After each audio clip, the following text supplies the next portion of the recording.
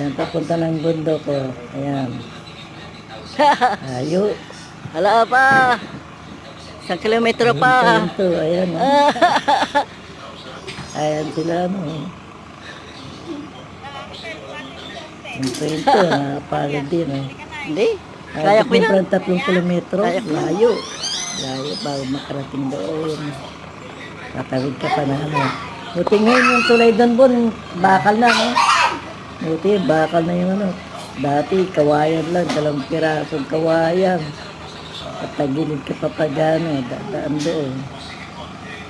Yan, lawak ang babaybayin mo mga palayan. Yan, kasi ano yung mga ano ngayon, eh. Tapos na nag-ani ng pala yung mga magsasaka. Papatubig na naman sila, kaararo. Akyat, taba. Nakahingal kayo pag-akyat. Hindi pa ang daanan.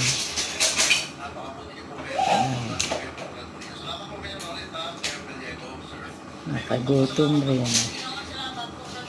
Ayan. Teka raw naman yung bun pagpunta natin, no? Pagtag, ulan ako, ang hirap pa yung umakyat sa bundok.